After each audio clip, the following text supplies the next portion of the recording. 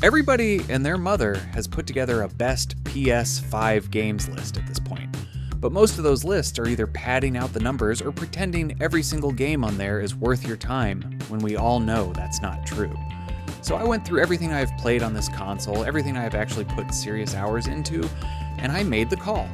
These 18 games aren't just games you can buy. These are the ones you need to play if you own a PS5. Hi folks, welcome to CryptoMac, and today we're looking at the 18 best PS5 single-player games that every gamer needs to experience.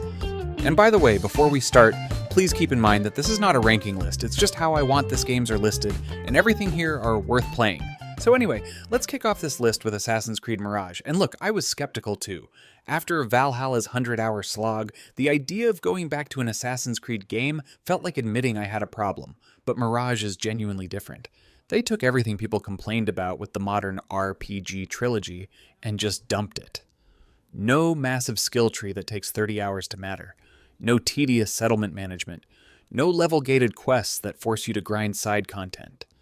It's a 9 to 15 hour stealth game set in 9th century Baghdad, and it honestly feels like a classic AC game with modern polish. You play as Basim, a street thief who gets pulled into the Hidden Ones, and the whole thing is about assassinations, parkour, and not getting spotted. The city is dense and vertical in a way that makes the movement feel purposeful again. The stealth tools are limited enough that you have to think, but varied enough that you've got options. And the focus on investigation missions where you actually have to piece together clues before you can assassinate your target, that's the kind of thing the series lost somewhere along the way. It's not revolutionary. It's not going to blow your mind. But it is a good, tight, well-made stealth game that doesn't overstay its welcome, and sometimes that's exactly what you need. Perfect palate cleanser between 100-hour epics. Now, moving on, we have Kena Bridge of Spirits. Nobody was ready for this game when it dropped. A studio that had only ever done animation work decided to make a game, and somehow they made one of the most charming action-adventure titles on the system. The animation is obviously gorgeous because that's their background, but the combat genuinely surprised me. It's got this perfect rhythm of light attacks, heavy attacks, and this magical pulse that lets you parry and stun enemies. And then you've got the Rot, these little black spirit creatures that follow you around and help you solve puzzles and fight bosses. The Rot mechanic is one of those things that sounds like a cute gimmick until you realize it's actually essential to the combat system. You're constantly managing your Rot meter, deciding when to use them for crowd control versus saving them for a boss stagger. The boss fights are legitimately tough too. Not like Souls difficult, but definitely harder than you'd expect from a game that looks like a Pixar movie. The story's about grief and healing. You play as Kena helping spirits move on to the afterlife, and it's got this melancholy vibe that really works. Shorter game, maybe 12 hours, but every minute of it is polished to a mirror shine. For a first game from an animation studio, it's almost unfair how good this is. And up next, let's talk about The Last of Us Part 1. And look, I know what you're thinking. Another remaster? Another re-release of a game we've all played? But this isn't the PS4 remaster. This is a full rebuild in the Part 2 engine, and it genuinely feels like a modern game. The facial animations are so detailed that you can see every flicker of emotion in Joel's eyes. The environments are dense with debris and overgrown vegetation in a way that makes the world feel truly abandoned. And the gameplay, which was already solid, now has that weighty feel from Part 2 where every punch and every gunshot has real impact. The AI is smarter too. Enemies actually flank you now instead of just running at you in straight lines. And the story, well, the story is still one of the best in gaming. The opening sequence still hits like a truck. Ellie and Joel's relationship across that journey still lands. It's a story about love and loss and survival that doesn't pull any punches. I've played this game maybe 6 times across all its versions and it still gets me. If you've somehow never played it, this is the definitive version. If you have played it, the visual upgrade and gameplay refinements might be enough to justify another run. And let's be honest, the PS5 version running at 60 frames with all that detail is something else. And next up, it's Death Stranding Director's Cut. I'm going to say something controversial. This game is a masterpiece and most people just didn't get it. Yeah, it's a walking simulator. That's literally the point. You're Sam Porter Bridges, a delivery man in a post-apocalyptic America, and you have to deliver packages across a fractured landscape while avoiding invisible monsters called BTs. The whole thing is a meditation on connection and isolation and the weird ways we rely on each other. The gameplay is all about traversal. You're managing your balance, your equipment load, the terrain, the weather. Every step matters. Every delivery feels earned. And when you start building structures, roads, zip lines, bridges, and seeing other players' structures appear in your world, you feel this genuine sense of community, even though you never interact with anyone directly. It's bizarre and pretentious and absolutely works.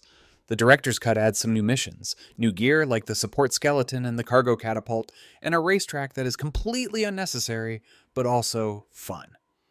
And the story is classic Kojima insanity with names like Die Hardman, Higgs, and Amelie. It's long, it's weird, it's frustrating at times, but it's also unlike anything else you will ever play.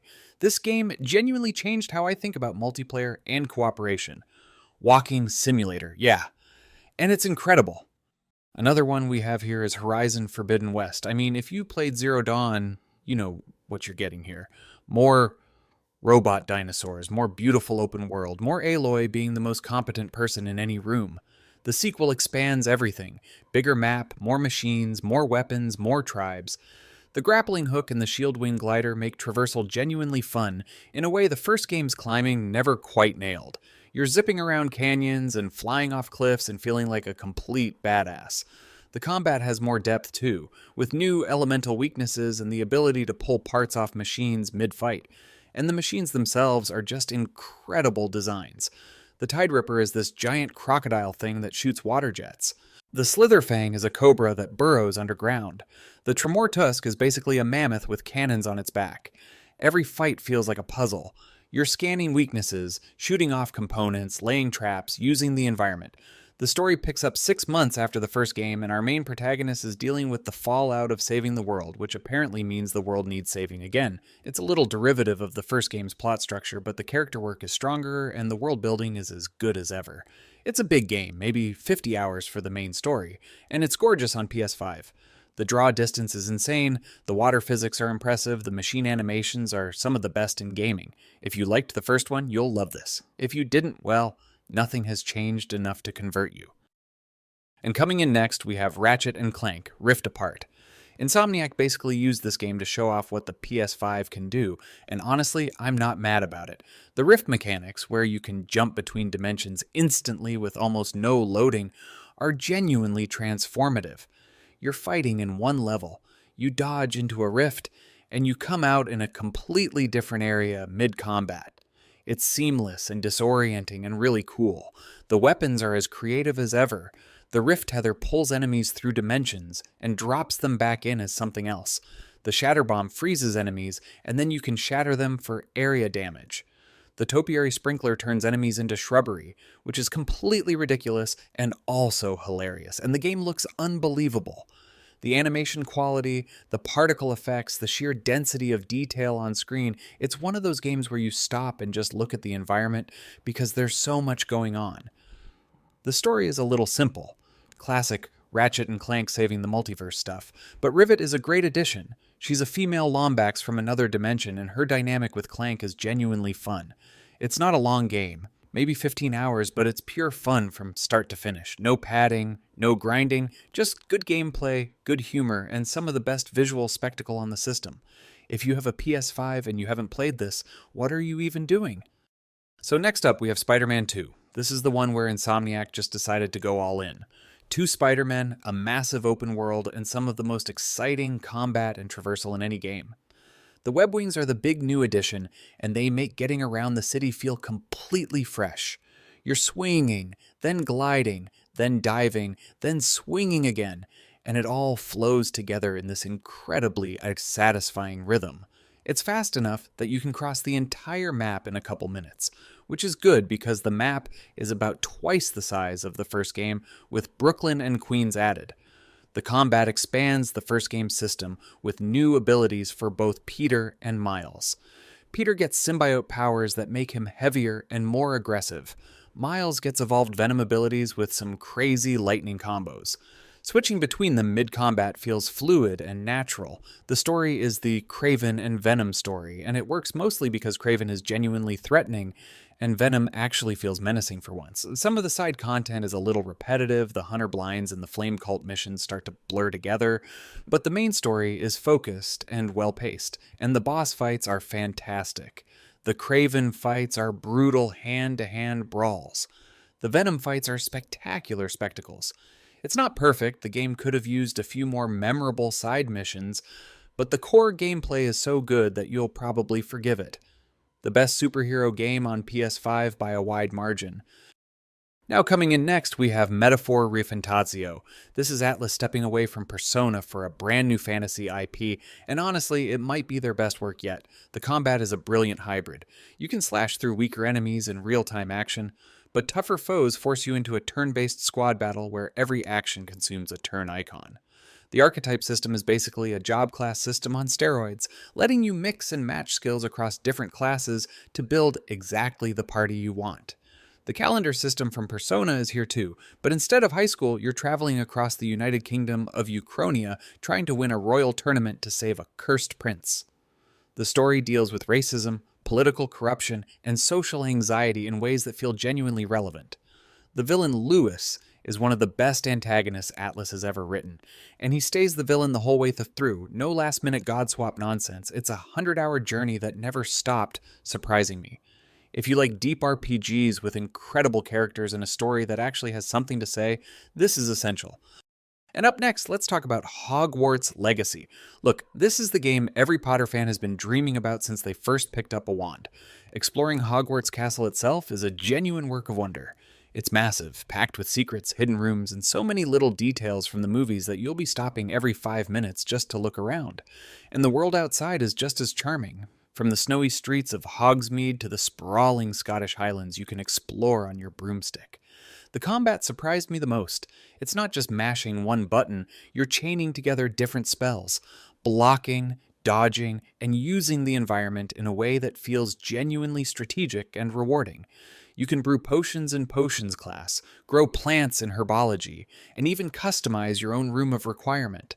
The 1800 setting is a bold choice, and it pays off by letting the game tell its own story without being weighed down by the movies. It's a huge, beautiful, and incredibly immersive RPG that delivers exactly what you'd hope for. This one's pure magic. And up next, let's talk about Returnal. You know, this might be one of the most stressful games I've ever loved. Housemarque took their arcade shooter DNA and built this third-person bullet hell roguelike that is just relentlessly brilliant. You're Celine, an astronaut crash-landed on the alien planet Atropos, trapped in a time loop where every death sends you back to the start. And I know that sounds punishing, but here's the thing. The combat is so good you won't even care. The gunplay is fast, aggressive, and absolutely exhilarating. Every weapon feels completely different. The adaptive triggers give each alt-fire mode this incredible tactile feedback, and the enemy bullet patterns are basically a beautiful, deadly light show. The atmosphere is pure dread. The score is haunting, and the story slowly unravels in this cryptic, unsettling way that kept me obsessively coming back for more. It's brutally difficult, but every death teaches you something, and when you finally take down that boss you've been stuck on for hours, the rush is unforgettable. Housemarque is actually following this up with Saros, which we're going to talk about later in the video, but trust me, Returnal is the one that started it all. This is essential PS5 gaming. Next on the list, it's Astro Bot. This little robot won Game of the Year in 2024, and I will fight anyone who says it didn't deserve it. This is a proper, full-sized adventure, not just a tech demo. We're talking over 50 planets across 6 galaxies with 300 bots to rescue. You dash, you swing, you rocket punch your way through levels that are so endlessly inventive, they made me smile from beginning to end. It's the best Nintendo game that Nintendo never made. And the way it uses the DualSense is just next level. You can feel the crunch of snow, the grains of sand, the texture of every surface you walk on through the haptics. It's genuinely immersive in a way that few games manage. The power-ups are brilliant too. One level gives you frog gloves for long-range punches, another turns you into a sponge that soaks up water.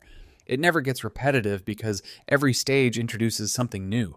The PlayStation cameos are a nostalgic treat, but even if you don't know Kratos from Clank, this is still one of the best platformers you'll ever play. This one is pure, unadulterated joy. Another one we have here is Ghost of Tsushima Director's Cut. This is the best samurai game ever made, and you're playing as Jin Sakai, a samurai on the island of Tsushima during the Mongol invasion, and you watch him slowly abandon his honor to save his people. The story is one of Sucker Punch's best, grappling with duty and tradition and what it means to be a warrior. The combat is perfect. You have stances that are effective against different enemy types, and you have to switch between them on the fly during combat. And the stance switching is smooth and responsive. The duels are incredible. One-on-one fights against enemy leaders that feel like you're in a Kurosawa movie. The open world is beautiful, a realistic depiction of feudal Japan, with these stunning vistas and dense forests and ancient temples. The wind guidance system is genius. You just follow the wind to your objective instead of a minimap, and it keeps you immersed in the world. The director's cut adds the Iki Island expansion, which is about 10 extra hours of content with a new story, new enemies, new combat mechanics, and some genuinely emotional Jin backstory. The PS5 version runs at 60 frames and looks gorgeous. It's one of those games where I took so many screenshots I ran out of storage space. If you like open world games, samurai games, or just really good games, this is essential. And coming in next, we have Resident Evil Requiem. Capcom basically took everything that worked from the last decade of Resident Evil and crammed it into one incredibly polished package. You play as two characters, FBI analyst Grace Ashcroft and the legendary Leon S. Kennedy, and their campaigns feel like two completely different games. Grace's sections are pure survival horror, first person, tense, with limited resources where every encounter is a life or death decision. Leon's sections are pure action, third person, with that satisfying RE4 style combat, melee attacks, parries, and a trusty hatchet. The RE engine looks absolutely stunning. The gore is gloriously over the top, and the story ties back to the Raccoon City incident in ways that longtime fans will absolutely love. It's not just nostalgia bait either. Grace is a genuinely compelling new character with a meaningful arc. The whole thing runs at a buttery smooth 60 frames on PS5 with ray tracing, and if you're on PC, Xbox Series X, S, or even the new Switch 2, it's available there too. This one is a certified banger. And coming in next is Saros. Look, I mentioned this one earlier during Returnal, and now we finally get to talk about it properly. Housemarque took everything they learned from that game and built something even more refined. You play as Arjun Devraj, an enforcer for the megacorporation Soltari, sent to the alien planet Carcosa to find a missing colony. The combat is more aggressive this time around. Instead of constantly dodging and playing defensively, you're absorbing enemy bullets and converting them into devastating power weapon attacks. Red projectiles you can parry, blue ones you can absorb, yellow ones you can dodge through. It's this beautiful, chaotic bullet ballet that makes you feel like an absolute god when you're in the zone. The Eclipse system is brilliant too. It changes the landscape and makes enemies tougher, but it also creates opportunities for bigger rewards. And when you die, you return to the Passage Hub, spend your Lucenite on permanent upgrades, and go back in stronger. It released last April this year exclusively on PS5, and honestly, it's Housemarque at their absolute peak. This one is a must-play. And coming in next, we have Pragmata. You know, Capcom is absolutely on a roll this year. Right after delivering Resident Evil Requiem, they dropped this brand new sci-fi IP, and honestly, it might be their most inventive game in years. You play as Hugh, an astronaut stranded on a lunar research station after a mysterious moonquake wipes out his crew. His only companion is Diana, an android girl who looks and acts like a 7-year-old, and the dynamic between them is the heart of everything. Hugh is this gruff, light-hearted everyman, while Diana is endlessly curious about the world. Watching him teach her how to give a high five or scold her for running toward danger is genuinely endearing. The combat hook is brilliant. You can't just shoot your way through. Enemy robots are heavily armored and nearly invincible until Diana hacks them. So you're aiming down sights while simultaneously navigating a hacking grid with the face buttons, all in real time. It's frantic, strategic, and deeply satisfying. The RE engine looks phenomenal, the set pieces are spectacular, and the emotional core between Hugh and Diana elevates everything. This one is something truly special. And number 13 is Kingdom Come Deliverance 2. This is medieval Europe brought to life in a way no other game has ever managed. You're still Henry of Skalitz, a blacksmith's son turned squire caught in the chaos of a brutal civil war in 15th century Bohemia. The world is staggeringly beautiful. Every village and forest oozes with detail, and the narrative is gripping from the very first hour. It scored an 89 on Metacritic, and critics called it an early Game of the Year contender for 2025, and although it did not manage to grab the award, it's still one of the must-plays. The systems are incredibly deep, from the tactical first-person combat to the complex reputation system where every action has consequences. You can solve quests through diplomacy, stealth, or brute force, and the game tracks your behavior in granular detail, affecting how NPCs treat you. It's uncompromising, it demands your attention, and it rewards patience in ways that few modern RPGs even attempt. If you want an immersive, challenging, and utterly unforgettable medieval adventure, this is the one.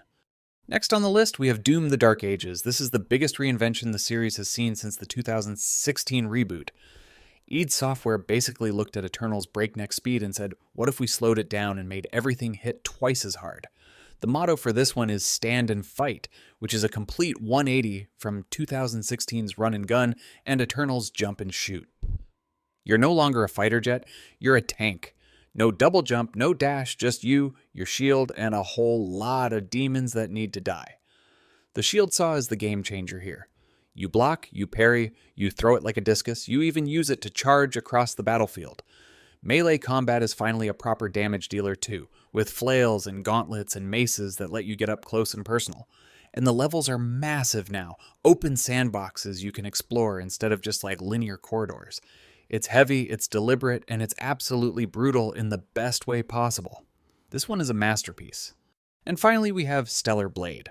Look, this is one of those rare games where the combat is so good that it carries the entire experience. You play as Eve, a member of the 7th Airborne Squad sent from a space colony to reclaim Earth from the monstrous Nataba. The combat is a beautiful marriage between the fast-paced action of Devil May Cry and the deliberate, defensive patience of Sekiro. You're parrying, dodging, chaining combos, and unleashing devastating beta abilities in fights that are smoothly animated, challenging, and incredibly satisfying. Now, I know the character design got some criticism. Not everyone loved Eve's look. Some people called it too sexualized. Others said she lacked personality. And honestly, I get why people felt that way.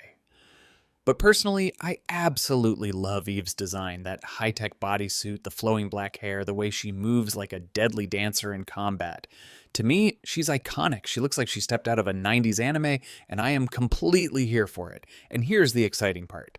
Shift Up just officially announced the sequel at the recent Summer Game Fest. It's called Stellar Blade: Blood Rain, and it introduces a new protagonist named Evie. But more importantly, from the trailers we've seen, this sequel is shifting into something that looks bigger and more ambitious.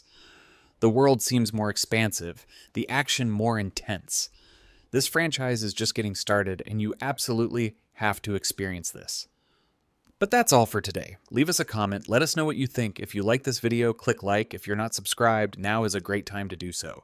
We upload brand new videos from time to time, and the best way to see them first is, of course, a subscription. So click subscribe. Don't forget to enable notifications. And as always, we thank you very much for watching this video.